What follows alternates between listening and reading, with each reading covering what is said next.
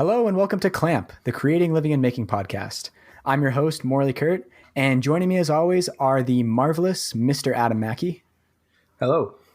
And the great Grant Alexander, or as his close friends call him, the Great Alexander. Hello. Grant, before we dive in, I have a question for you. All right. So, as our listeners may know, during the course of an episode, you like to have an adult beverage or two. Oh, yeah, or more, yeah. And I never see you get up during the course of an episode. So my question is, are you drinking these cans? Are you just getting them really cold beforehand and then just hoping they'll stay cold? Or do you have are you really balling out and you have a mini fridge in your office? You missed this part. Yeah, I have a mini fridge I know. directly beside my desk. Oh boy, you are living. Yeah, and that's the mini fridge that takes three 2-4s of tall cans. Nice. So to fill it to its almost maximum capacity. It can take another 12 small cans after that. That's goals. Yeah, so when you hear that real big squeak before the can opening, that's Grant leaning down into the fridge. You're very sly about it because I never noticed the shift. Well, with that, Grant, what is in your clamps this week? Well, I was a guest on the Because We Make podcast, and that was very exciting, and we had a great conversation, and then at the end, their audio kind of screwed up, so I sound a little bit like a robot. I spent a couple hours... A little bit.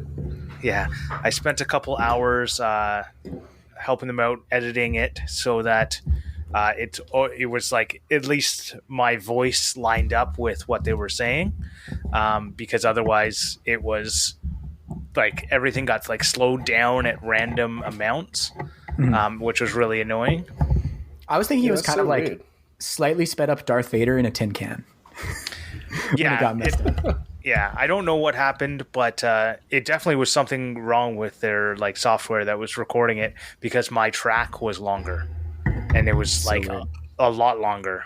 By if I had to, anyways, I had to cut a bunch out and speed up the stuff, speed up the audio to make it sort of work, and it still sounded not perfect. The other thing I did is I fixed the lock on my car, so. I don't know, maybe around a year ago, my the battery died on my wife's car to open the things, and she was just using the key in the lock part, and it turned and broke the lock, so you couldn't use the key anymore. And I ordered the parts a year ago, and I looked online to see how to do it, and all the videos were 3-part 30-minute videos. I was 30 minutes, and it's a 3-parter, an hour and a half to do this thing. And I was I'll do it, eventually I'll do it, I'll watch this silly video, whatever. So finally I was I'm gonna do it today. I got on YouTube, and I scrolled past all the really long ones, and I found one that was 7 minutes long, and I went over it perfectly. I watched it 2 times. It was great. So I only had to waste 4 minutes of my life. I did the entire thing in 15 minutes, real time.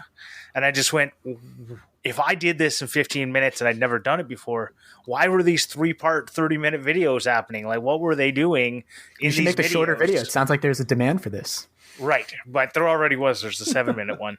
But even the 7-minute one, make it 3. He literally shows you doing it wrong, and then says, and can't do it, and then he says, and now I'll put her in a vice. I'm you could have skipped that entire part where you were trying to hold on to it and do all put all the springs together. Anyways, I was just come on, guys. Anyways, wait, real quick, Grant, because you didn't give us a chance to respond. I just want to say your episode with Because We Make was really good. I really enjoyed it, and the sound quality thing that happened, it didn't really affect the listenability of it. It was clear that clearly something happened, but everything's lined up, so it's fine. I usually listen to podcasts out of my phone speaker anyway. Really? So yeah, well, yeah, because I'll listen to them while I'm working on a project on my workbench. Or, sometimes I'll use headphones. A lot of times it's while I'm biking. Long story short, the audio quality isn't usually my main factor when I'm listening to a podcast. Well, I'm mainly listening in the car. Thank you very much. I'm sorry I didn't let you No, I respond. second that. Yeah, it was a great episode. Yeah, it was a lot of fun, and I think that they might be reaching out to you, Adam. You might be on there next. Get this. I was talking to my wife and I said, "Oh, Grant was on Because We Make It, and Morley's already been on there." And they're like, "Oh, why didn't they ask you?" Well, I'm sure you're probably next. You just they have to get me on. well, maybe not. If you listen to the podcast, I might convince you. Well, I did listen to the podcast. Yeah, I might convince you not to go, so that they can't get the trifecta. yeah, I might do that. Yeah. The other thing is I released a video today for Sumo's project. I made a Sparring Gauge, and I've talked about it before, so go watch the video. I also I watched it and I was like, "Why is this video so?" I forgot about the rules for the challenge. I was like, "What's with the 2.5 minute video? That's not like you." And then I realized that it's got to be under 3 minutes. Yeah, it was a challenge, but I wasn't going to do a video of this because it was going to end up being a 3-minute video. But because that was the rules, it made it so that I actually did a video of something I wasn't going to do a video of. And I think it's an actual, it's one of my more... that's kind of the point. Yeah, it's one of my more how-to videos. Instead of... Because it's not a very exciting build, but so I made it more how-to-y. I actually talked through almost the entire thing. Nice. So, I actually have... I'm sure you heard that. Yep. Yeah. See what it was? Oh, it's a Commodore that lives down the road. I'm sorry. Do you have Holden? No, that's an Australian company. No. So you'd have It's a Pontiac G8. Pontiac. Yeah. So Pontiac, and then you wouldn't have Commodores So it's a because they're G8. Australian. Commodore to me is a computer. Right. So the Commodore is a Pontiac G8. They literally took it, the entire thing, repackaged the front bumper, and sold it over here as a Pontiac G8. And now Pontiac's gone, and so is Holden. So, Yeah. Yep, we're losing everything. Anyway, until you put that out, I'd never heard of a Sparring Gauge.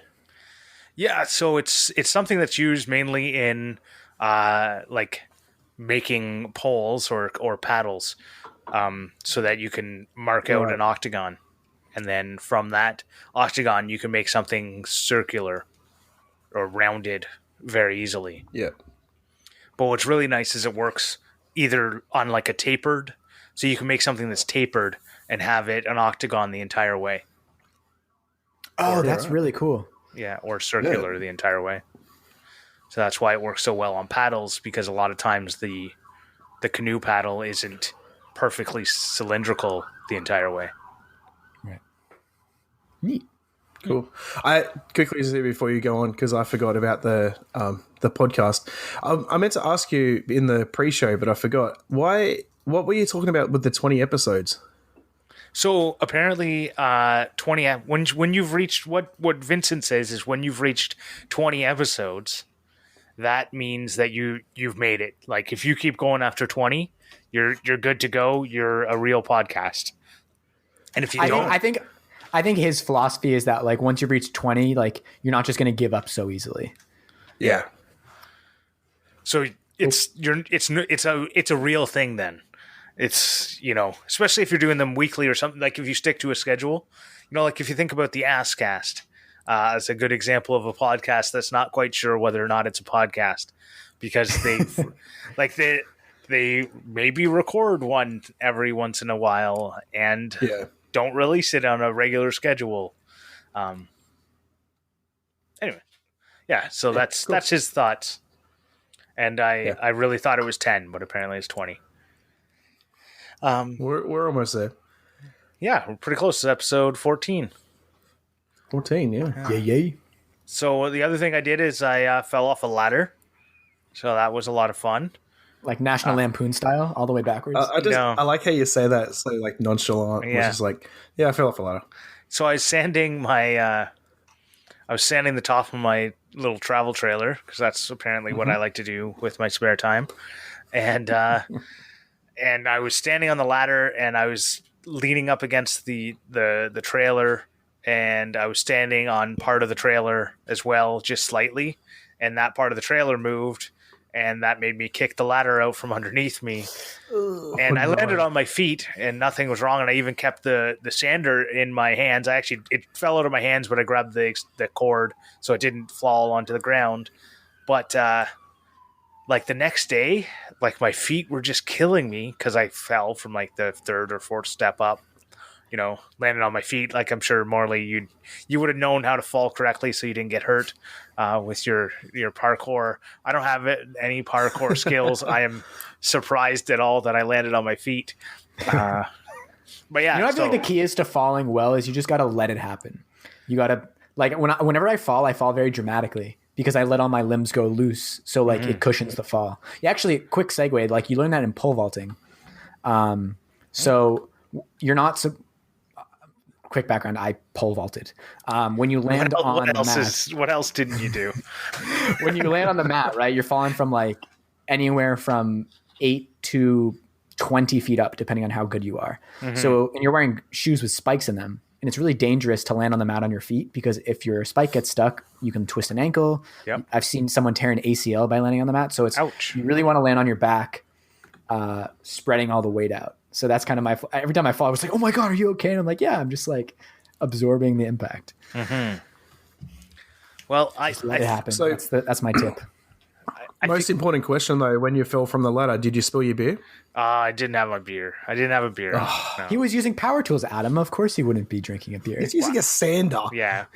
I was drinking. The beer wasn't with me. It was I keep the beer in the garage with trying to keep it away so the dust doesn't get in it. Yeah. But anyways, I definitely like my knee. So when you're up to wet sanding, no, I'm not. Use the beer as a lubricant. Yeah, right. I wouldn't waste beer that way. Yeah.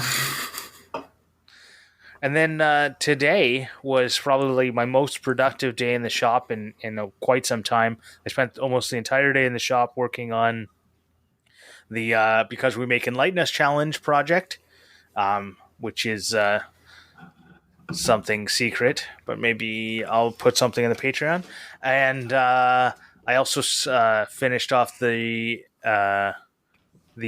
maker swap I'm doing with Dead Rise Woodcrafts, and I started working on a poker chip holder for my dad. So my dad collects poker chips, and he asked me to make him little poker, like a holder for these collectible poker chips. So I'm making it out of the old hardwood flooring, so I started working on that today. And it's his birthday next week, so I hope to have it for him for next week. Nice.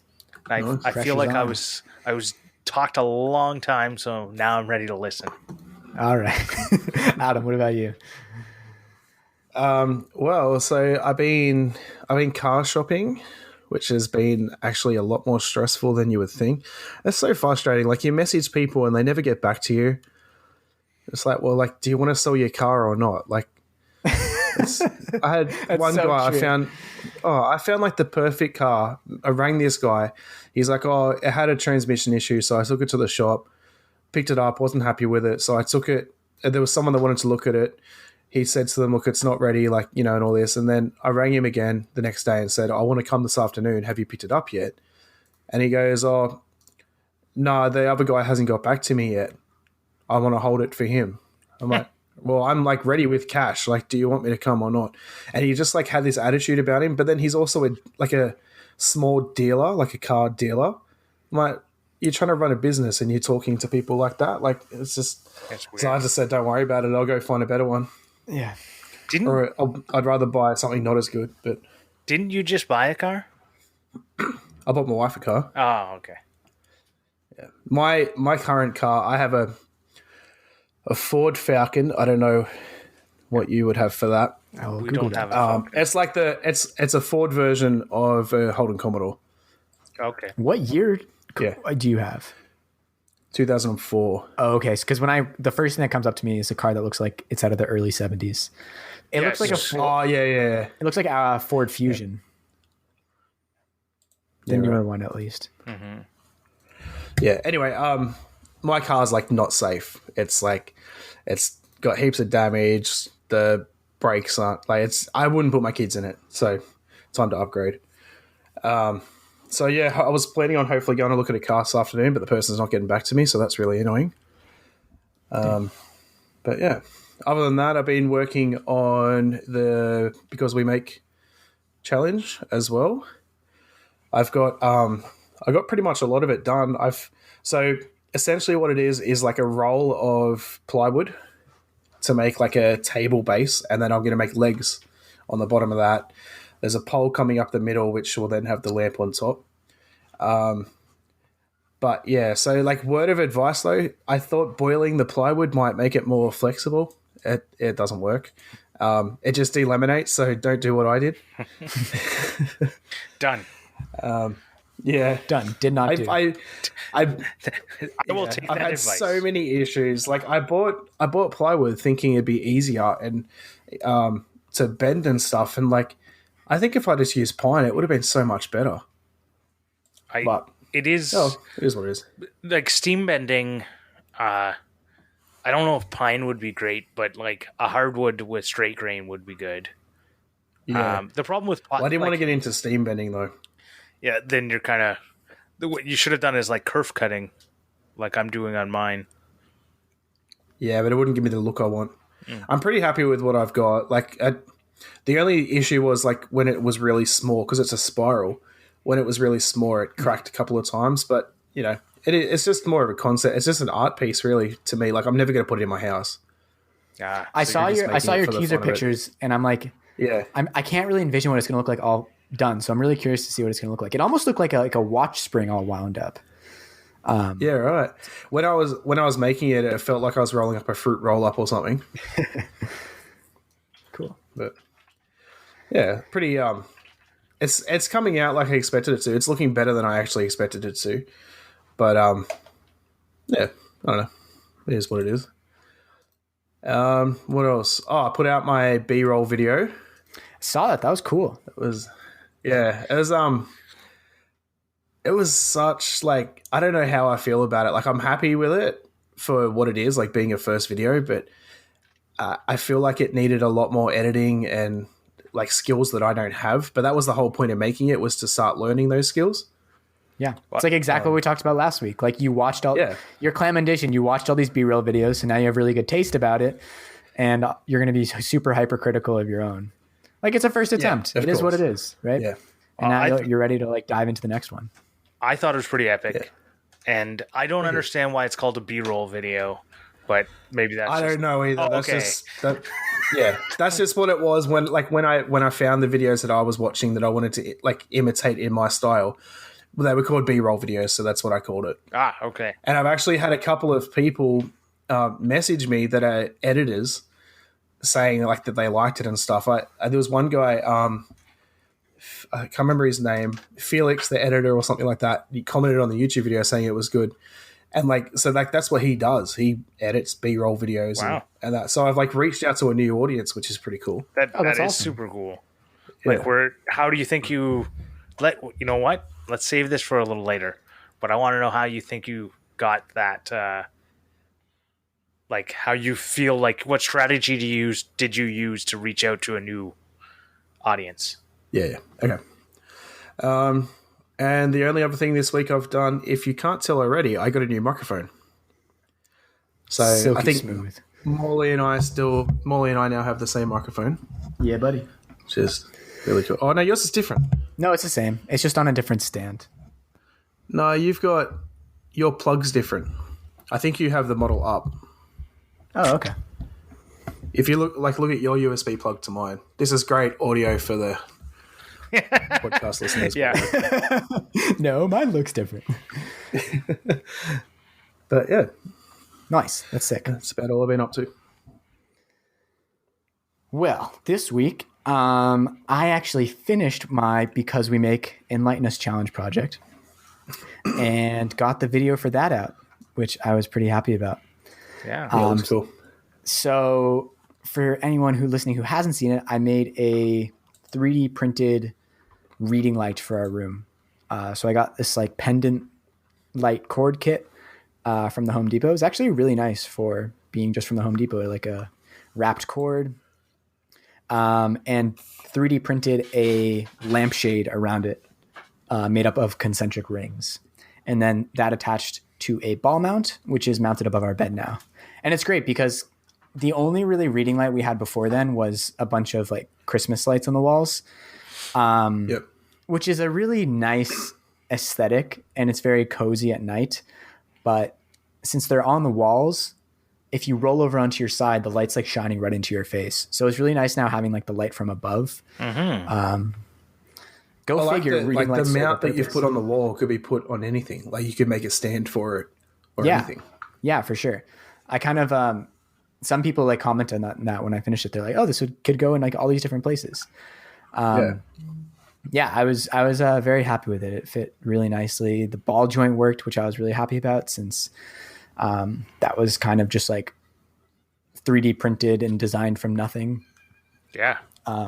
That's like watching you make that was like one of the things that I go, oh, I can actually see where a 3D printer could be useful. Because everything everyone else has been showing is like, I 3D printed a prototype of something and then I made it in real material. And I go, well, I don't have time for prototyping in fake material. Like I don't have, right? Like I would love to make something like on the computer and make the thing make it, but I don't want to be like making prototypes.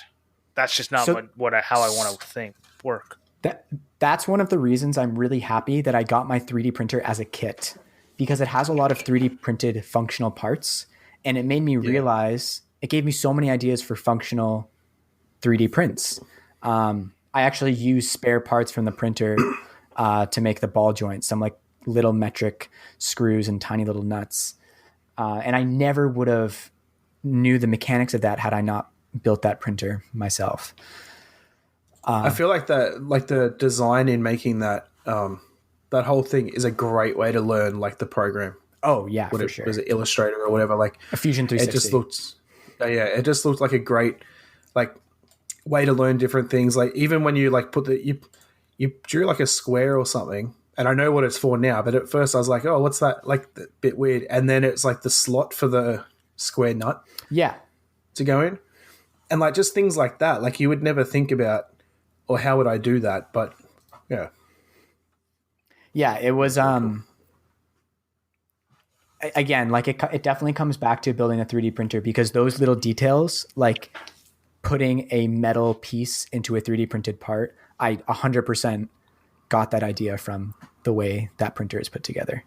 Yeah. So like kind of going into a bit of that video, I always spend a good amount of time looking for music for my videos. And this one was like, I was having a little trouble finding any new music that like I really liked and really kind of fit the vibe.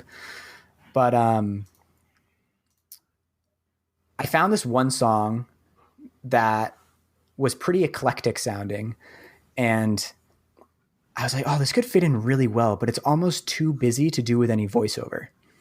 And I was kind of debating with myself. I was like, okay, well, I'll just do the whole video, no voiceover. And because all that together, the visuals and the voiceover and the music just seemed like it would be too much in my head. Like I'm responding to what you asked. Is like, I know, why no voiceover? It was really, really weird, like not hearing your voice once. Mm-hmm. I didn't. Yeah, and notice. It's something. Well, that's great, right? That's the point. I think. Yeah. Because he watches it in 2 times. Well, it's like when you make a project, right? Like you're so in it, you're thinking like, I have so many things to explain. I need to explain like all the reasons. Maybe this is just me, but like I have all these things. I was gonna say I'm not like that. But then if I take a step back and it's like, oh, okay, really, like if I really boil it down, there's only a few things I want to talk about, and I can do that in a much more concise way with text on the screen. So I think it worked really well. I was super happy with the style. It's always fun to like really showcase the music. I find it makes fun. I absolutely hate audio design. Like it's the worst part of like the mixing. For me.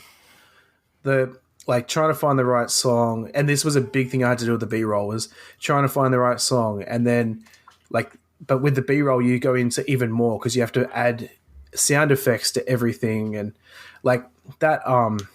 When I was spreading the glue, that's literally someone with like, I don't know, like fake skin or something in their hand, like squishing it. Like that's the noise like trying to find sounds that would fit in and all that sort of stuff. Do you have do you have like a directional on-camera mic?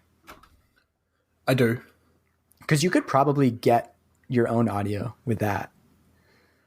Yeah, some people do, but like things like that, like spreading glue doesn't make a noise. Yeah, it's fair. Really, so like you need something that's going to over exaggerate that sort of the noise and stuff. So if you think about it, this is how like feature length movies are made. Oh yeah, that's the crazy. Yeah, the crazy part about it is how much like they dub almost every line. It's insane to me. I remember going to whatever we had here. It was like our version of Universal Studios, and they had this like room that you go sit in, and they literally put on like this 1 minute clip from a video and reenact all the sound effects on the stage.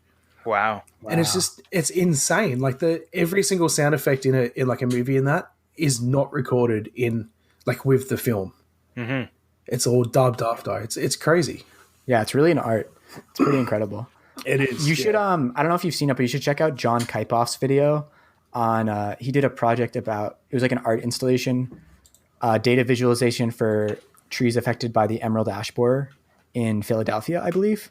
And he does a lot of that kind of like B-roll style with specific sound effects. I was just thinking, because when you did that shot with the glue squirting, he did something similar where he like makes a pencil from a branch.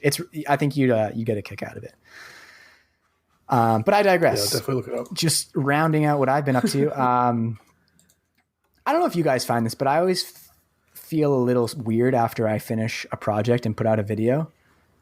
Maybe it's because I get a bit of tunnel vision when I'm in it, but then I'm always kind of like wanting to move on, but also like wanting to promote it a bit. So the past couple of days, I've just been like kind of taking a step back, going through my sketchbooks, doing a brainstorming. Actually found a project that I'm really excited about. I don't really quite want to talk about yet, but it's a bit of a bigger one. And I think it's going to be really, really cool. So yeah, like the past few days has kind of just been like working on this tripod strap in the background, doing a bit of designing and figuring out some life stuff that's more on the living side of the clamp. Mm-hmm. But that kind of brings me to our topic, because my Instagram post this week, I've just been kind of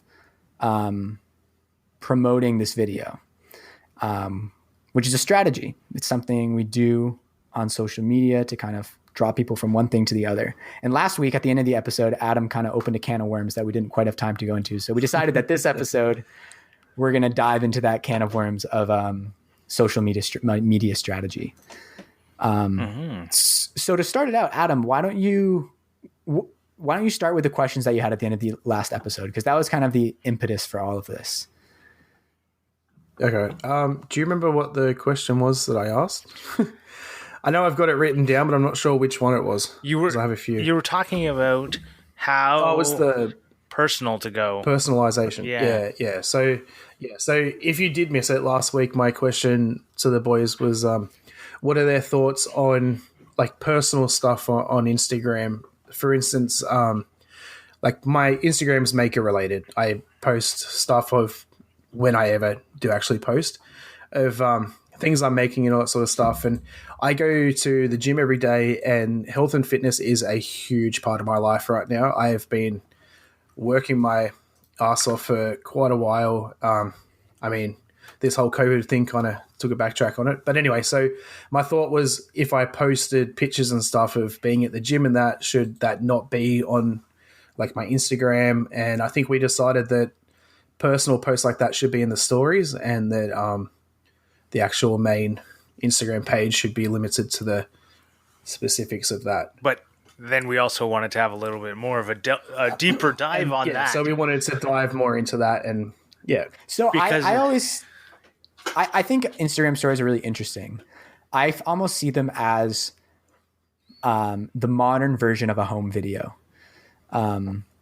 It's strange because they expire in 24 hours, but it also makes it kind of cooler. You can save them though. You can, yeah, exactly. You can save the ones that are more significant to you. You can highlight them. So that's kind of how I like to use them. I like to use Instagram stories to literally capture a moment, which is maybe what Instagram was designed for early on. but I think it's a really fun way to try to capture like exactly like what's going on right there. And I found that the more I share about like, I don't know if you could call it personal stuff, like there are things more personal than it, but like cooking and things that I see out and about that interest me, like people really like seeing that. And I think that's why people go on stories. They want to see like what's behind the lens, what's behind this like curated feed. Right. And so I think like part of it, I think that's great for the people that want to see that that side. But I know like only about 10% of my followers watch my stories. And I think those are the 10% that are interested enough in me. They want to see the behind the scenes. They're interested in seeing what's going on in Grant's life. What's, what is he working on right now? They want to see the the little bit of sneak peeks or the, whatever random beer I'm drinking. 'Cause I'm often doing this beers with Bink thing, which is like another Instagrammer. But so I feel like the stories are personal, but they're also rougher. Like things that I post in my stories, or when I first joined Instagram, I would be posting them in my feed because I didn't know any better. But I now I've gone through and like deleted a whole bunch of posts I had that were just so rough that, people weren't commenting on, they weren't engaging as much, or they just weren't as like, they just weren't as interesting. And that's where I feel like stories can be interesting, but they can also, you can have something a little rougher in there and be okay with it. I feel like stories is something that like, I want to show this off to you, like whatever it is I'm doing. Whereas a post is more of an engagement. Like you make a post, people can comment it and start a conversation, that sort of stuff. With a story, if anyone like messages you from the story, it's one-on-one. It's like more personal. Right. Yeah. Now, I will say, so one of my most liked Instagram posts of my career as an Instagram influencer, as an underwear model, as an underwear model, has been a picture of me and my wife, and it was like a happy anniversary, and that got more engagement on that than any of the other woodworking project I've ever done. So when I think about that, I go like, being a little bit personal is good. And like one of my, other than my giveaway posts, like the one that has the most engagement in terms of comments is the like meet the maker posts about, it was like a introduction to who I am and what I, as many characters as Instagram allowed. But I got like the most amount of comments because people, wanted to say, hey, hi, oh, that's interesting, as opposed to the normal, like, cool or, whatever. I don't know. It's funny. Like this is actually kind of like a difficult topic for me to talk about because like, I don't really like thinking about like playing the social media game a lot. Like it makes me a little uncomfortable. It makes me a little like self-conscious, but it is a thing that we all do. Right. And I also think that like, I don't like using the word should in that way because I think you really should do whatever you want and you should express yourself how you want on your Instagram. And I mean, like realistically, like there's not really any good reason to follow a tried and true method of someone else. It's like, if you do exactly what that other person does, it doesn't necessarily mean that you're going to get success in the same way they have. I almost feel like you should always be experimenting, but with like a mission oriented fashion. Like for example, like my feed, I've kind of come to a point where it is wow, I can't find the word. Here's that I can't find the word of the episode. Not profile, portfolio. That's the other P word. Yeah. I view my feed as a portfolio.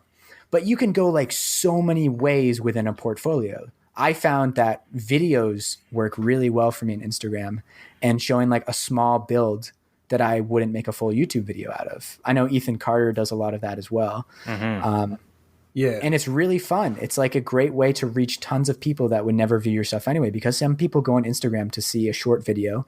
They would never see your picture of a beauty shot and then go watch the build video from that on Instagram. They're just on Instagram looking at videos of stuff. So like, That's I actually like one kind of of my having, thought processes. yeah, I like having my wow, analogies also are hard. I like having my feet in the water of a lot of different pools. I'm just going to make up that analogy. But within the general confines of my feed is my portfolio, and I want to be able to show my phone to someone and say like, look, this is what I make. Right. And I agree 100% with what you're saying. Like, definitely shouldn't be said, except for the other shoulds of saying they shouldn't be. I agree. But it's also like, when we talk about strategy, it's not what should other people do. I'm more thinking about what do I do, right? Yeah. So it's like when I talk about it being like, I feel like stories are a little rougher. I know there's people that in their stories put a lot of effort, and aren't rough, right? There's people who do like very, there's Morley, you've caught us with the words, very like scripted and stuff like that. Stories. Like, I know whenever I do a story, I record the video first. I take like 15 takes to try and get it down to 15 seconds. It's usually like 16 seconds, which pisses me off, Then it goes over to one, like, anyways, that kind of thing. Like, I know for me, I do a lot of, when I do post a story that's a talking head video, I spend a lot of time trying to get it to sound good. Yeah. And I've also found that videos reach a different audience than just pictures, for sure. And that's why now I've started to include, basically I'll do like whenever I post a YouTube video, the first one's going to be like the beauty shots. The second post about that thing is going to be a short clip from the video. Is almost always what I do, so that you can see, you can see part of the video, and if the beauty shots didn't entice you, maybe this fun clip from the video will, right? That's like part of what I'm trying to do. I enjoy Instagram as much as YouTube, but I'll see like make money on YouTube. I don't make, you don't make money on Instagram, so it's kind of one of those hard things to. Well, you can. It just depends on. So that's what a you're Vincent. doing. Like you make money on YouTube. You don't make money on Instagram. What I mean by there's no monetization option on Instagram. Right. You have to be a little more creative. Yeah. Right. It's a different way of making money on Instagram. It's not a direct, I put a lot of effort into Instagram and Instagram pays me. Yeah. Right. I can put a lot of effort into YouTube and YouTube pays me. That's a big difference, I think, on that. So there's no direct correlation towards effort and payment. For sure. That's kind of my plan with these B-roll videos, was to make one for every YouTube video, make a B-roll video, and that's like my ad for Instagram and Facebook and that. Like, this is what I made. Here's a quick B-roll video. Now go watch the full build if you're interested. Mm-hmm. Yeah. Yeah, that's kind of... It's just hard trying to get those shots, like, because I don't have a cameraman. For sure. Or a camera person. Yes. That's kind of how I've... like, when I'm... Especially with this most recent video I put out on the reading light, I've tried to be pretty intentional about having the videos as teasers. So someone will watch it and it will cut at a point where they're like, oh, I want to see how that story turned out. I want to see the rest of that. And it's funny, like, I might have done it once or twice when you take a whole long build video and you cut it down to a minute for Instagram. Like, it's a good amount of work. It's a lot of decision making. You mean you don't put it down to 30 times? I've seen people do that. Like, the whole video? They take the entire video and they literally just make it so it's not, you can't watch it, right? Like, oh, wow. That'd be kind of a fun experiment. I don't know how effective it would be. And I'm sure that works really well. But I guess in the back of my head, I'm like, oh, but then it's not a teaser because then they see the whole thing. Like, they know what's going to happen. But that just might be me projecting my own preferences of like, I like not knowing what's going to happen in a video. I like being surprised in that sort of way, which is actually kind of, oh, are we both going to segue? Well, I was going to say like, that is one strategy I see some people using that I kind of like. I don't like to see that, but I know like Paul Jackman, he, like, by the time, if you watch his stuff religiously, by the time he puts out a video, you've seen all the good clips. because they were all in Yeah. his stories, which is fine. But like, because it takes him months to build giant things. But like, I remember when he took the giant hammer to Maker Camp, and then he's making it there and stuff. I remember watching those clips on his Instagram stories, and then they're part of a video, and I'm just like, oh, it's kind of interesting. Like, there's part of me that likes that, but there's also the big part of me that says, I don't watch trailers for movies. Same. I hate it. Eden Right. loves it. I hate it. Right. So I'm that guy that doesn't do that. The trailer is never the same as the movie. Yeah, Gives it's too never much the away. same. Yeah. I have literally watched, I can't remember what movie it was, but I literally watched a trailer for a movie and not one part of the trailer was in the actual movie. Yeah, it happens. It was yeah. I remember once I took an entire video that went for like, I think it was like 7 minutes or something on YouTube, and sped it up until it was down to like 30 seconds and put it on Instagram and Facebook. Like literally the entire thing. And I remember my wife's pop commented on the Facebook post and he's like, bit fast to watch, mate. And I'm like, yeah, it's just a teaser. That's so Australian. Grant, I guess my brain was segueing in a slightly different way. Well, that wasn't a segue. That was my comment I wanted to Yeah. make on that. Okay. There was no segue there. I just didn't want to lose that really the good point. Before you do try and segue, I wanted to quickly touch on the whole like teaser, like cutting it and stuff. So Yeah. people that follow us on Instagram will notice that in the stories I've lately been putting up a soundbite of like our episode and that sort of stuff. Now, I do plan on hopefully like doing a soundbite a day, but that's one of the things is trying to find the point of where to do a soundbite and have it finish in a point, especially where someone will go, oh, I want to hear the rest of that story. Yeah. And then go listen to the episode. So I just wanted to say, like, it's not just videos. Like, even in that sense, it's the same thing. Right. And it's hard because like you don't want to give away the best point that was made in that podcast because you want someone to listen to Exactly. it. But if you're only giving away 15 to 30 seconds, whatever it is, give it, a week, 5 days later, if you haven't downloaded it, maybe giving it away is a good thing. Yeah. Give it. That's the same with like beauty shots. Like when I think about doing beauty shots, someone once told me don't show the project at the start of the video. Because if you do that, then I already know what it looks like and I don't care to watch it. I think it depends. I think it depends on the video, person project. watching. Oh, we Yeah. started the same way and then went two different ways. Okay, so Adam, go on. Well, I'll watch it. I don't watch videos to. I watch videos for entertainment. So if you put at the beginning of the video, this is what I made, and now I'm going to show you how I made it. That's fine with me because I'm watching it to see how you made it because I'm interested in like the storyline. I don't care if I know what it looks like beforehand. Yeah. I'm not like it's not like I'm opening a present. Like I'm like, oh, I can't wait to see what it looks like. I don't care what it looks like. I just want to see how you did it. I 100% agree, and I think that's the maker way of wanting to watch a video, and it's not the like there's a lot of people who just want to see the action part of the. Well, I think there's the maker way to watch it, and then there's the more artistic way to watch it. Like Laura Kampf very rarely, she almost never shows the whole project at the beginning of the video. You can see it in the thumbnail, low resolution, without a lot of detail, and then you finally see it all at the end. And hers is very story driven, where it's like we're going to get to this point. But Ben Ueda always shows his videos, the finished project at the beginning. Yeah, I think of them both as artists.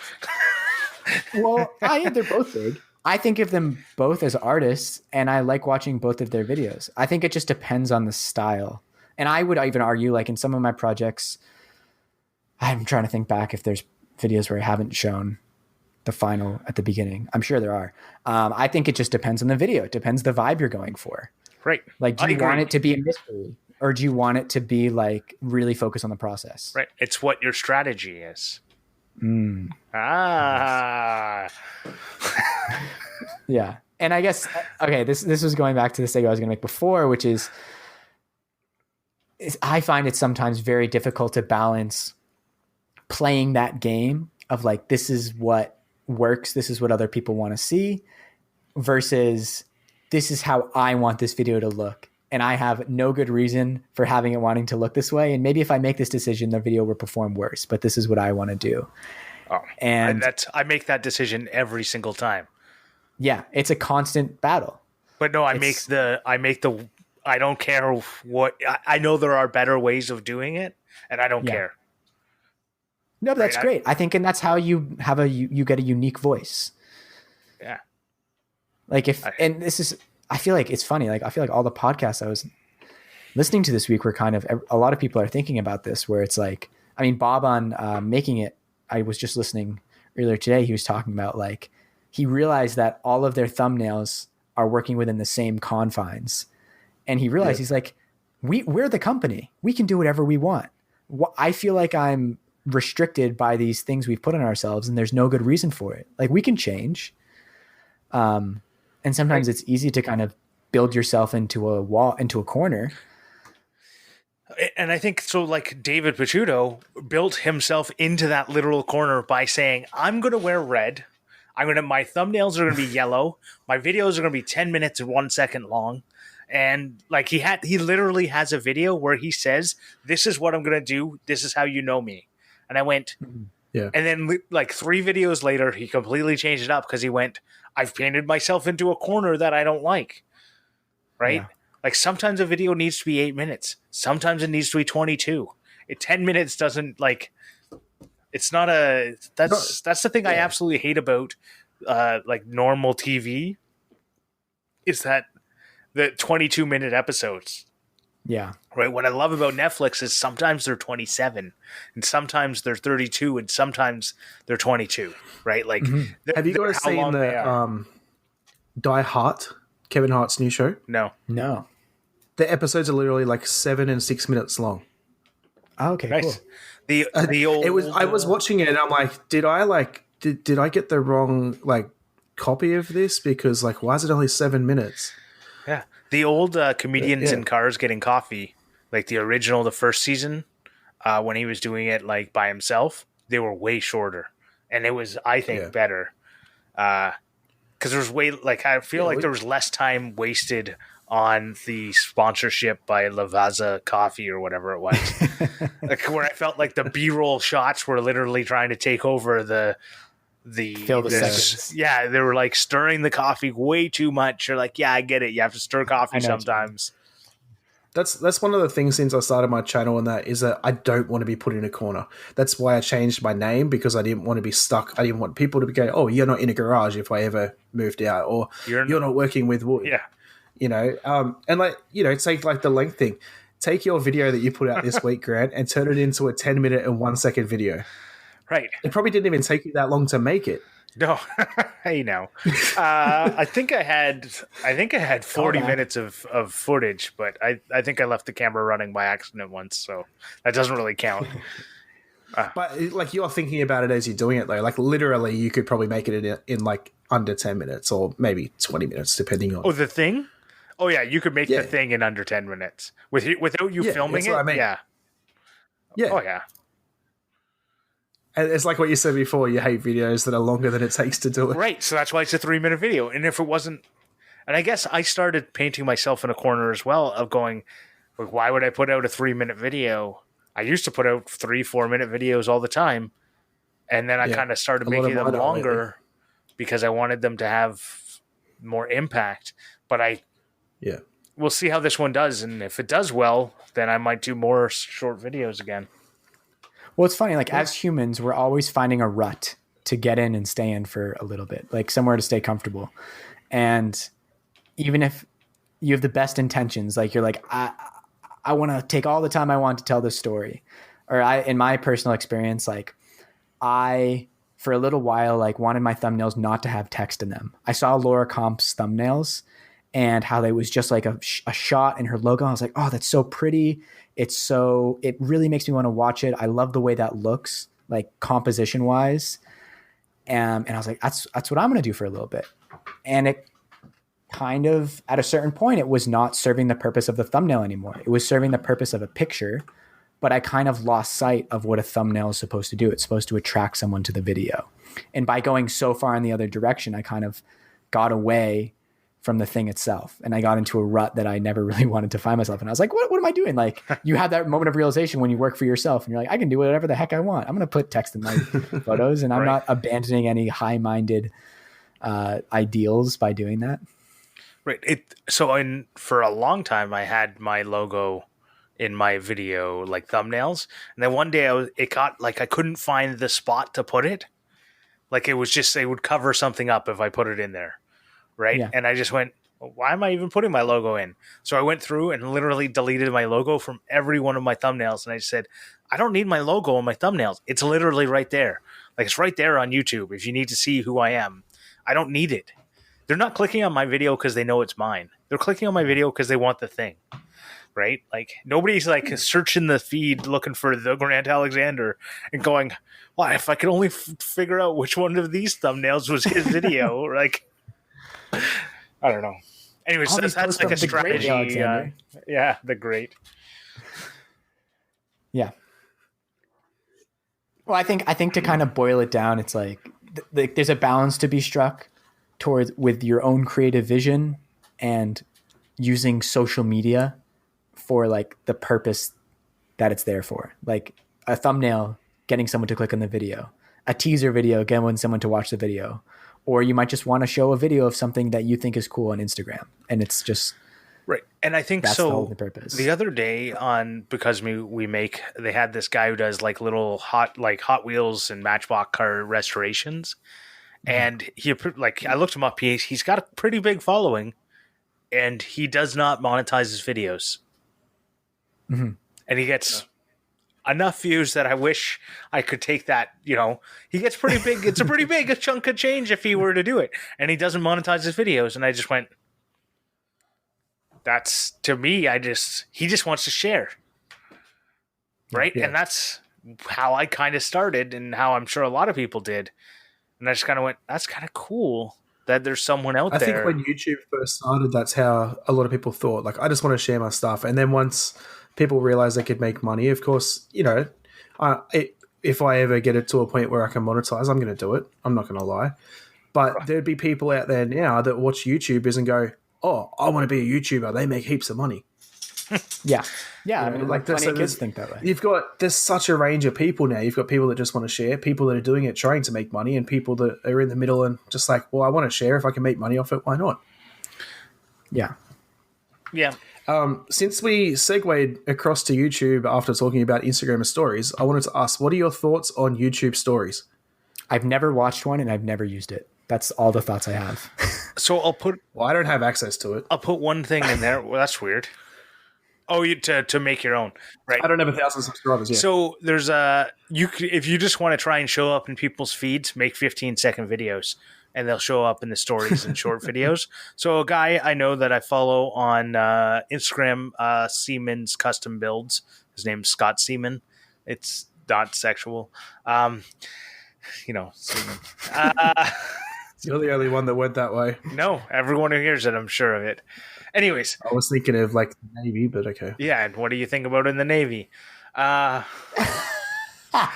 Cool. So, anyways, they just, in Canada, they're renaming seaman as the rank, just so everyone is for another random Grant fact of the day. And they'll probably be changing it to sailor so that it's no longer associated with the man word. So it's, like post person instead of postman. Yeah. Okay. Yeah. Just to get, you know what? There's other people than just you two. So that's actually a good point. Anyways, he has a video with he's got 400 subscribers on YouTube. He's got a pretty big following on Instagram, but he's got 400 subscribers on YouTube. But he has videos with 100,000 views because they're 15-second videos, and they show up in a different spot of the feed. In that same stories feed on YouTube. Yeah. But I don't like the YouTube stories. If I want to see stories, I go over to Instagram. But I've also realized that because I did a poll for the posts on the community tab, I did a poll on my community tab saying, hey, who wants to see this stuff? Who wants to see more pictures Because if you really want to, you can go on 100%. Instagram. But if you don't want to go on Instagram, you want to stay on YouTube, you want to see like pictures in your feed, and the poll said 100% yes. People wanted. I just realized that YouTube have community posts and stories. I was actually more talking about community posts. Oh. Yeah, I forgot. I didn't realize they were two separate things. But yeah, because like stories come up with like just one little box and you can swipe across to see others. So whereas community posts will actually come up like a video in your subscription feed. Or when like I see a post. When I see a community post on YouTube, in my head, the signal I get is, hello, I'm here. I still exist. That's how I see them. It's like, oh, you're doing something. You haven't given Which up on your is channel. exactly how I think they should be used is, I'm not getting a video out this, if you're someone that posts every week. Sorry, there's not going to be a video out this week, back to one next week or whatever. There's someone I follow on YouTube, and I'm going to shout him out because like there's no way he'd ever listen to this. Matt Heafy, who is one of my favorite, what are they? Artists? No, not artists. Like he's the lead singer for Trivium. So like, yeah, but he will do a community post like once or twice a day. And it is so frustrating.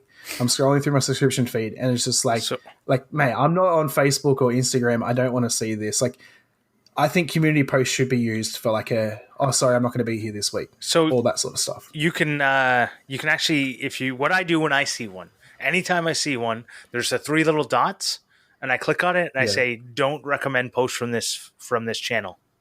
Oh, so you can mute just one channel? Yes. I would like to mute all community posts because they take up as much real estate on my phone as a video for someone to go, hi, I'm still here. And I'm like, yeah, I know you're still here. I just watched your video. But some people like to see it. I don't know. To bring it back to our topic a little bit, that might be something that works really well for him. And I think it's like... It's literally a copy of his Instagram, though. Yeah, but some people... I mean, there's plenty of people on YouTube that don't follow me on Instagram. There's plenty of people that are on one platform and not the other. So I think it kind of just comes down to it's like whatever works for you. Like if he finds that YouTube stories like is getting him engagement and it's fun and it's a good time, then sweet. It's something actually like now ignore. Yeah, it's something like maybe I'll experiment with someday. But like there's so many places where you can spend your energy, and I think you should focus on those places where it feels fun and it feels easy and it works. And I find Instagram stories are great for that. Yeah. Some people find Twitter is great for that, but not Grant. I don't even I don't know if I have an Instagram a Twitter, but like I think I've made like one post there. You have one. So I'm kind of on the. I do have one. Okay. Is it my new name or my old name? It's under the graduate worker. Yeah, it's my old name. Yeah. I didn't even bother changing it because I don't use it. I only got it just to have the name. So, which I don't have the name. In talking about features that platforms are adopting, I think we'd be remiss if we didn't talk about something that just came out today, which is Instagram Reel. Right. Have you guys looked at this at all? Only to ignore it because I'm not the appropriate age range to be jazzed by that. So does that just come out as a story or is it a specific? No. So here's how I found out that it existed. I went to post like create mode on Instagram stories where you get like a gradient background. You can type something. I went to do one of those and I couldn't find it. I was like, oh, I guess this doesn't exist anymore. That's not the case. They just changed the UI. But then I swiped over where you would usually find it. And it's like, it says Instagram Reel. So I just kind of like was like, okay, I guess I'm not making a create post. I just scribbled over the screen as one does and then just typed on top of that. And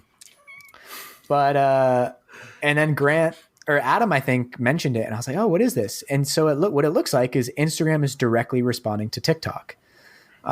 With everything that's going on in the news, it looks like Instagram is trying to take some of TikTok's audience and bring them over to their platform, which is I found pretty interesting because Instagram did that very successfully with Snapchat stories. I know plenty of people still use Snapchat stories, but I don't think anyone's arguing that Instagram stories are insignificant at this point. They've kind of become very, very popular. The norm. Snapchat is pretty insignificant now, though.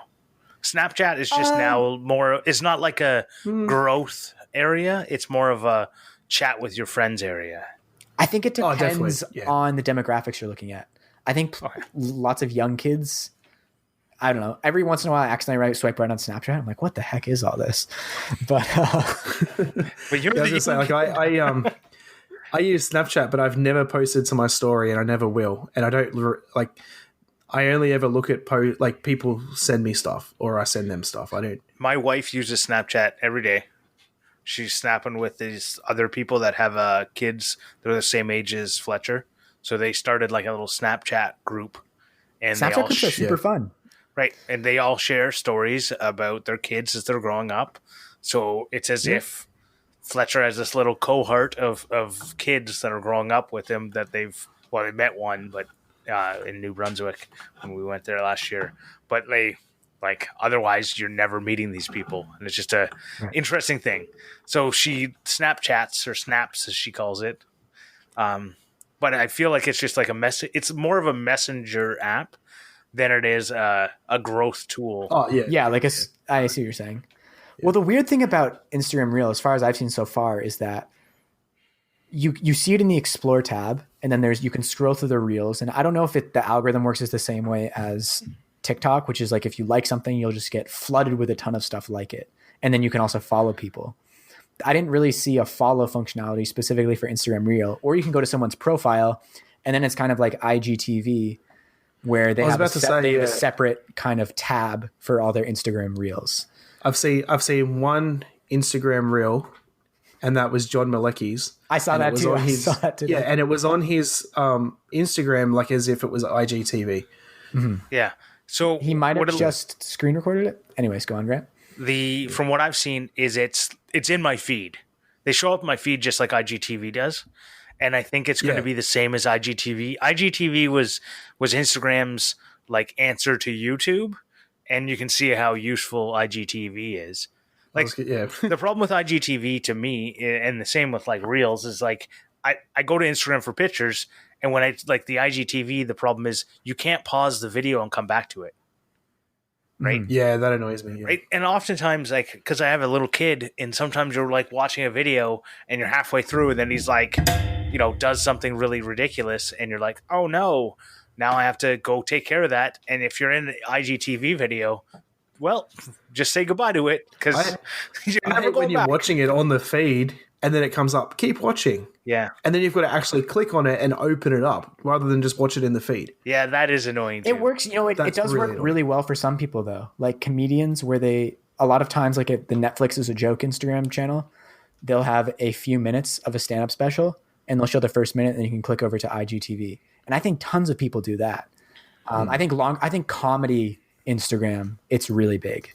So that's what I'm kind of interested about. It's like there's so many subsets of social media, right? Like even just within Instagram, there's food Instagram, there is comedy Instagram, there is Instagram models, and there's makers, and there's a billion other categories. I know there's a lot of people who actually have huge followings of their IGTV, who are makers, like just the IGTV. Right, and they don't have and they tried YouTube and it didn't work out, and they have thousands upon hundreds of thousands of followers on Instagram, and you're like, how did that happen?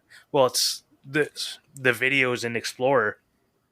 That's why I started doing videos on my like not IGTV, just videos. Is I found I got a lot more engagement from a video, than I do from a picture. Yeah, me too, for sure. Yeah. Like that's actually a whole nother strategy together. Is like people are definitely engaging more on videos, which is so weird. So Reels seems like a Instagram IGTV version of Stories. Well, this is what I was saying in our chat earlier. It's specifically targeted to mimic TikTok. Like if you go through the Explorer, some people are taking TikToks, screen grabbing them, and putting them on IG and putting them on Reel. Like it's literally the same thing. But they were already doing that on just Instagram posts. My post was flooded with people when TikTok became popular. You can do it. You can share it to your stories, but I think they're trying. But I mean, my feed is filled with videos, not TikTok, like not portrait, like the Square Instagram things. There's supposed to be some app that takes your TikToks because I got the little TikTok symbol at the bottom right and everything. Yeah, you can just it's like they're all through straight to your Facebook phone. and stuff too. Yeah, But I mean, if Instagram wants to take market share away from TikTok, they need to take the creating away, because people are making videos within TikTok the same way they were in Vine. They're using the in-app I don't think function. they're going to have an issue with that because TikTok's going to be banned in a minute anyway. Well, it's that's not for sure, right? It's a very, I mean, the funny thing is like there's a chance with how fast the news cycle is moving these days that by the time this episode comes out, this might be an obsolete conversation. Yeah, exactly. Right? And like everyone who's like, what are you talking about? We know all about Reel now. You guys are just figuring it out. So time's getting up there, so we should. There's like 3 more questions I wanted to quickly talk about. Okay. Oh, wow. Just to sum it up, I'm really curious to see where it goes. I think it has potential, but there's also the potential that everyone will just stay on TikTok. Yeah. So we'll see. Yeah. Oh, there's more questions there than I thought. Anyway, so one of the other question I was wondering is like, what are you guys' thoughts on like professional videos, like say, pictures on Instagram? So like, take a picture with a DSLR, edit it in Photoshop, and then put it on Instagram. Totally cool with I it. feel like Instagram should be phone only. No, totally I cool with it. disagree. Wish that there was a way of posting easily, because I know how to, but posting easily from my computer, because I spend a lot of time trying to make my photos look good. Yeah. And I was doing DLSR for a while, and then I was just like fed up with the fact that I'd have to email myself the picture to post it, and then get it on my phone, and then So I think I just use a USB cord. But I was gonna say like I just use a USB cord because I'm Morley. Not cluttering up my Google Drive with all that unneeded storage. Anyways, I mean, when I go on Instagram, I want to just see great stuff. And I don't care if it comes from someone's phone or their mirrorless, in my case, or a DSLR. I mean, plenty of iPhones these days are taking better pictures than a DSLR from 10 years ago. Yeah. That's why I gave up my DSLR. I see no like moral reason that Instagram should be just phones. I know that's kind of how it got popular at the beginning, but I don't really care. You can't post from a computer unless you trick your computer browser into being a phone, and then you still can't even post video. But it's such a joke of a hurdle, like as we've just demonstrated. Like it's so easy to get around. Right, but it's just such a silly hurdle. That's what I don't understand. Like, what are they trying to gain by it? Yeah. Well, it's like you're blocking me from doing it, but I'm going to do it anyway. So why not just let me do it? Yeah, that's a good point. I don't know. Maybe they're trying to keep. That's probably actually a conversation they have in their like culture meetings. So like, what do we want the future of Instagram to be? They're probably trying to keep that legacy of how it all started. All right. I would guess. Let's make these rapid fire ones because we're running long. I feel like we're about to make a whole nother episode on this. Yeah. What are you guys' thoughts on like hashtags? Do you do hashtags specific per post, or like say for instance, I've got a clipboard of certain hashtags I put on every post, and then I add to it if I need to. I don't do that, even though I wish I did. I literally make them up every single time because I feel like that way it makes me think, what hashtag do I really want on this? Yeah. Yeah. So that every single time I think about it. So I used to use largely the same hashtags on most of my posts. For example, if it was leather crafting post, I'd use mostly the same hashtags. But because I was stupid, I was just typing them every single time. But now, and granted, I've talked a little bit about this, like I'm much more specific and targeted with my hashtags. I'm literally thinking about like, would someone who is following this hashtag find this thing interesting? Like I'll use very specific ones. And for example, like on my light fixture one, I will use like maker, and I will use 3D printing, but I'll also try to use like apartment living. And I probably wouldn't use that same thing on a wallet post. Or if something's a wallet, I would use like EDC. Because I find, and I've seen this in my analytics, that those much more targeted hashtags are more effective. I find they're the only way to grow. Yeah. From hashtags. Like, is to actually try and find the ones. Like when I did a succulent planter, a whole bunch of, it got put out there to succulent people who saw that, looked at my feed, said, this person I don't want to follow. Well, that was fine. They liked that one post, and I was fine with it. And it's a cool way to be creative too. Like thinking about the things that are tangentially related. Like what are the things that people that are looking at succulent planters might be interested in? They would probably be very interested in like a cozy, bright apartment or something like that. Or they're probably a hipster. They might be a hipster. So my wife's a hipster. We're all hipsters, right? Actually, she doesn't really have succulents. She just has 1,000 plants. Being a hipster has become mainstream. We're all hipsters. But so when you use hashtags, do you put them in the post or in the? Because I've noticed some people put it in a comment instead of a post. Yep. And I don't know why. So basically, what it boils down to, there's two reasons why. One, some people feel like hashtags sully their post or make it not as nice looking, so they're doing it for aesthetics. I personally think I try and, if I'm going to use that hashtag and I use it as a word, I try and use, when I'm using the word, I just put a hashtag in front of it because it just makes it way easier. I only have to type it out once. The other thing that is, there's a character limit on how much you can write. So you can only use so many hashtags in a post. So if you do it as a comment separately, it just makes it so that you have twice as much leeway. Those are what I've researched and found out. There could be a million other reasons. I also put my hashtags in the comments. I don't know if I also is the right word because Grant, you kind of said you did both. I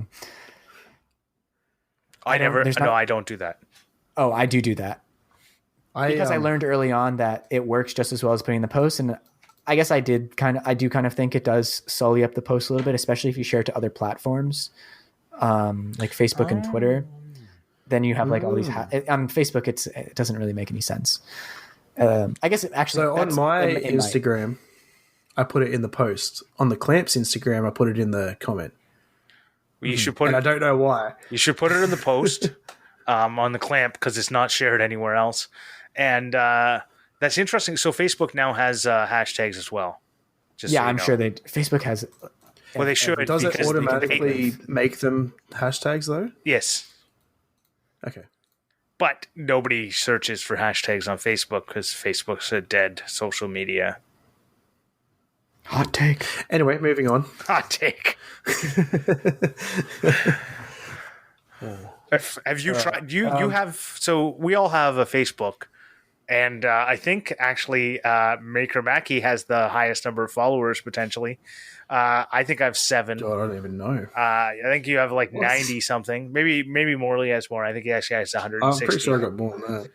So I want to go a little bit on Facebook just for a second to say why it sucks. Because when you go to the feed and you try and find your last post, you're like, oh, I just posted something. I just want to edit it.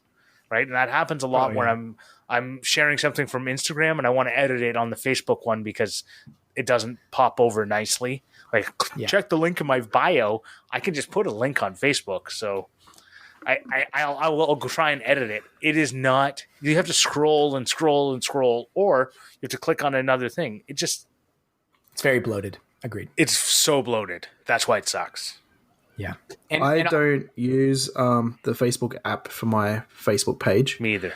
I use their secondary, business, Facebook business or whatever it's called. Yeah. All right, rapid fire. What's the next one?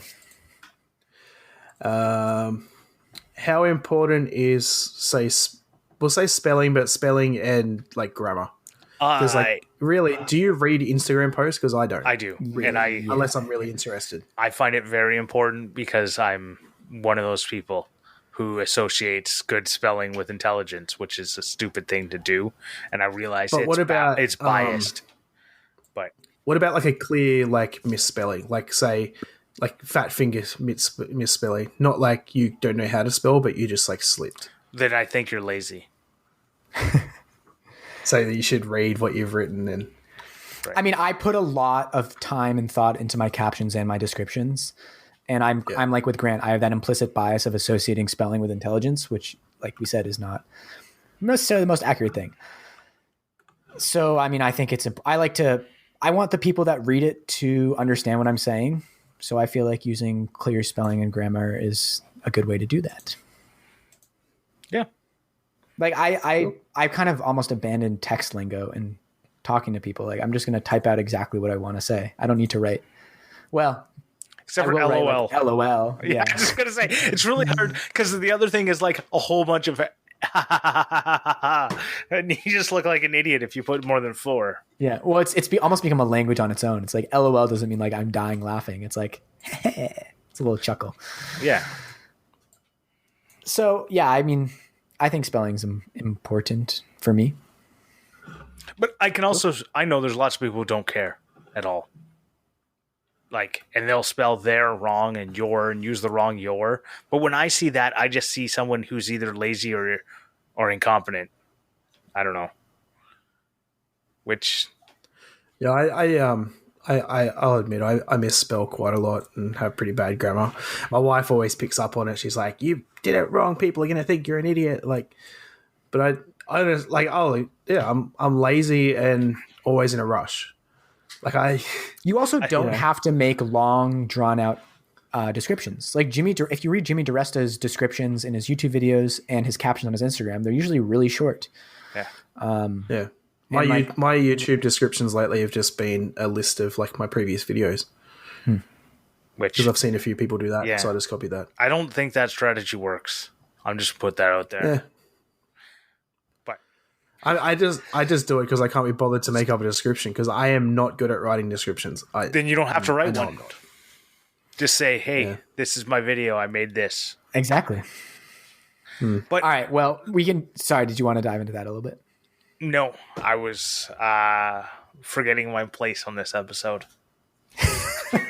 Okay, we're getting a little long in the tooth, so I will thank our Patreon supporters.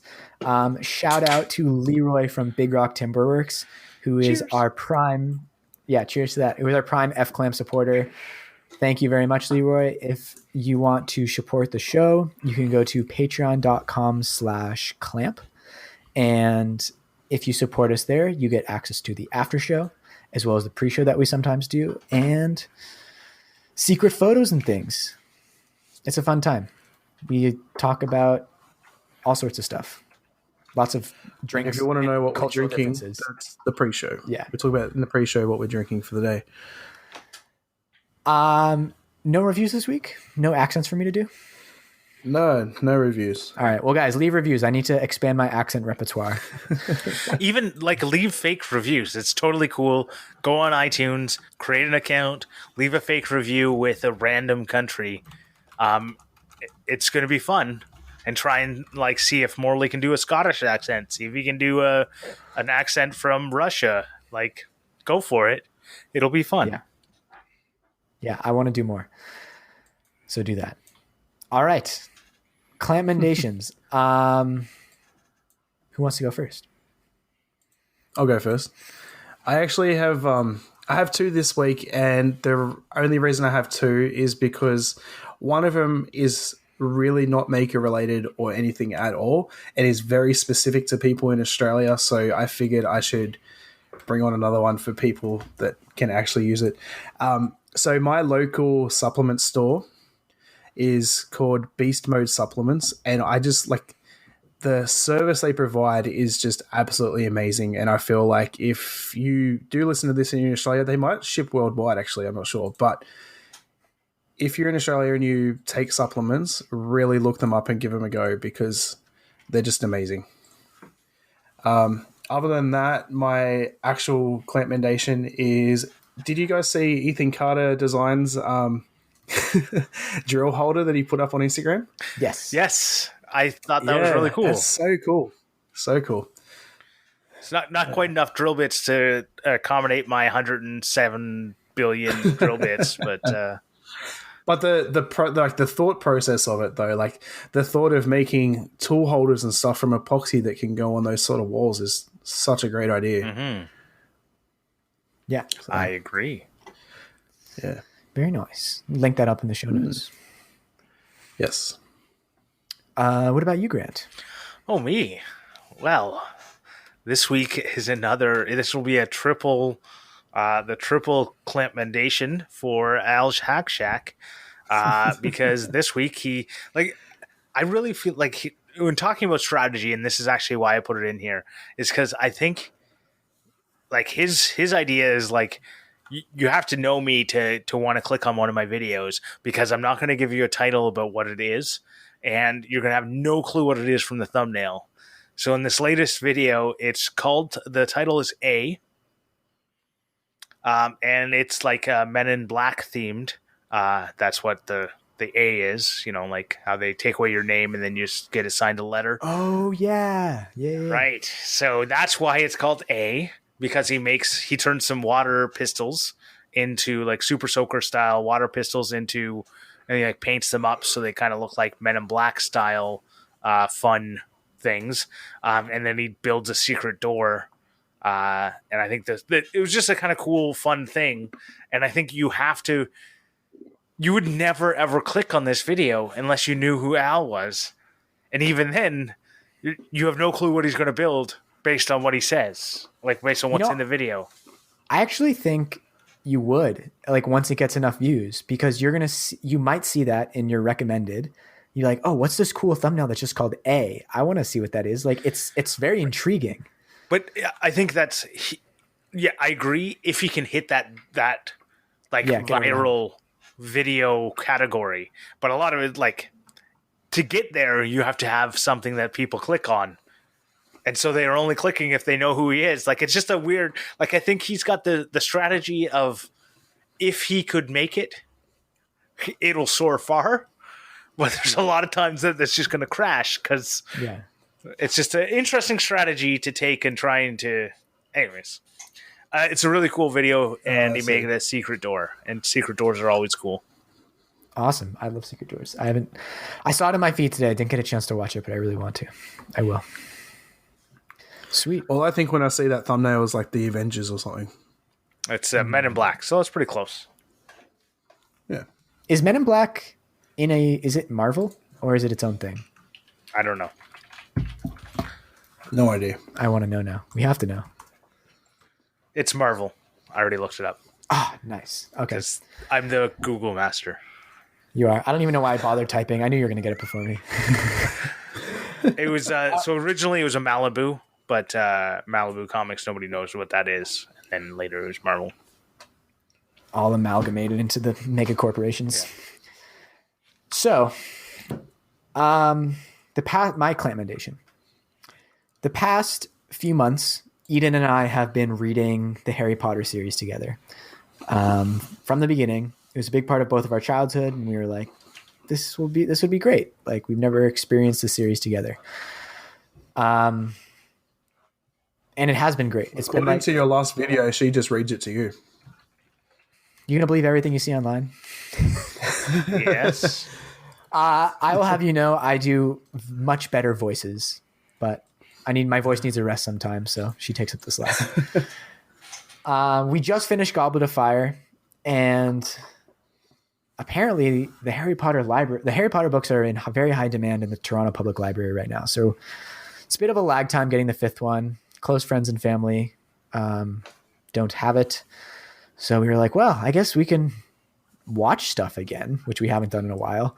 Before we started this little rabbit hole, we were watching Ozark, and we're in season 3, and I was like, Ozark's great, but I'm not in a state of mind right now where I want to watch something where at the end I'm just like, oh my God, that was so heavy and like kind of depressing. Like, I wanted something a little more lighthearted. So we were looking through Netflix, and I was like, oh, I've heard good things about The Last Dance, which is the documentary on Michael Jordan and the 97 Bulls. Oh, I knew that. Yeah. Yeah. So, I mean, I have a lot of friends that are like really into sports, and I'm the one among my friends who is the least into sports, if at all, as in terms of like watching spectator sports.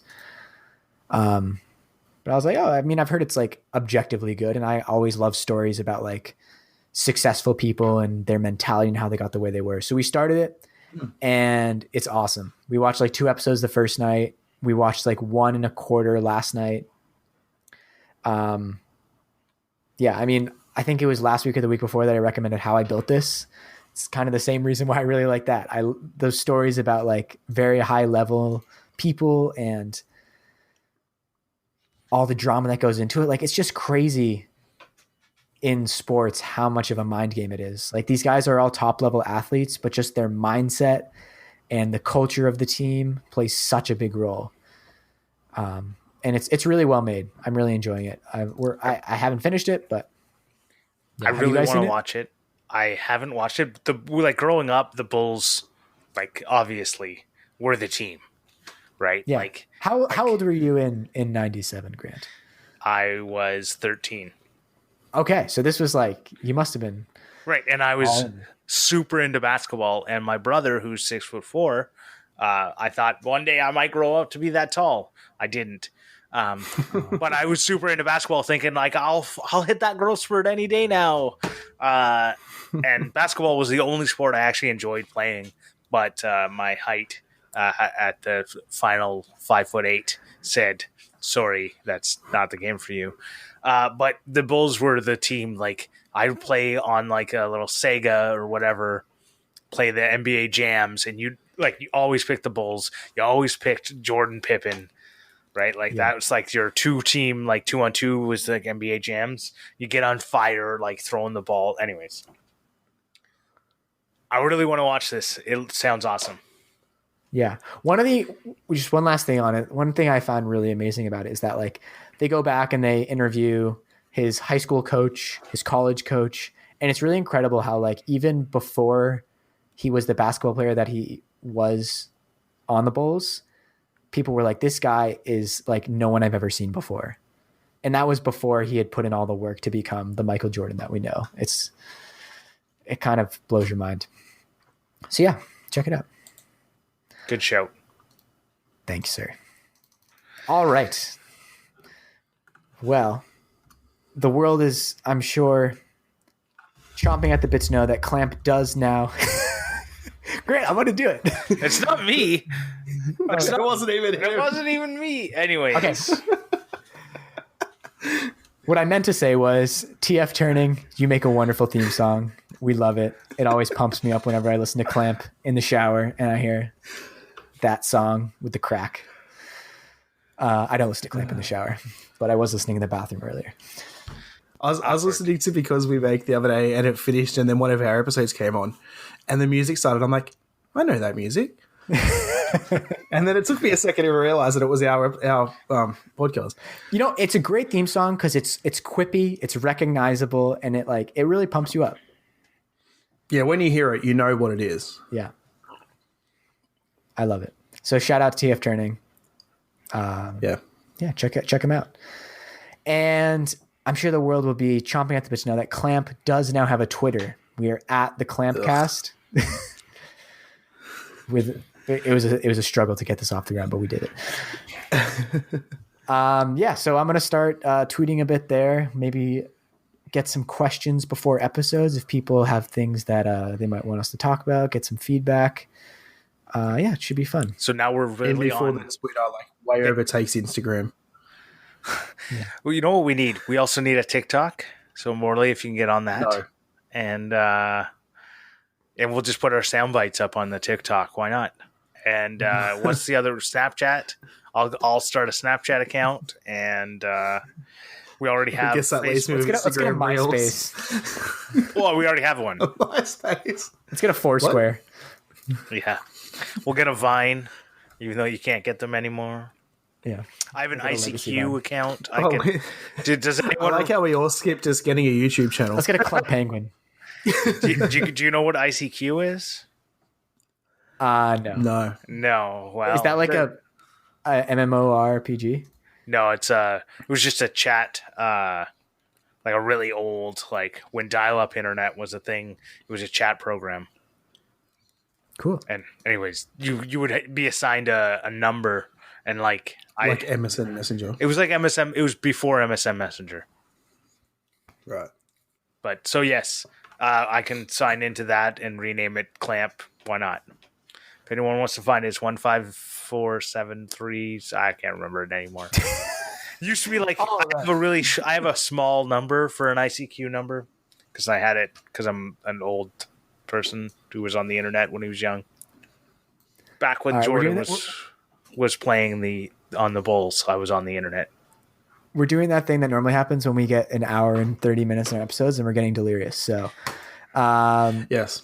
Adam, where can the people find you? You can find me makeamaki.com and on Instagram and YouTube, makeamaki. And where can people find the great Alexander? Well, I would suggest they go to thegrantalexander.com, and that's the only one I'm going to say this time. I want to see that traffic numbers go up. That's my strategy. All right. And you can find me at Morley Kurt. Links in show notes. All right, guys. See you. Goodbye. See you next week. Bye.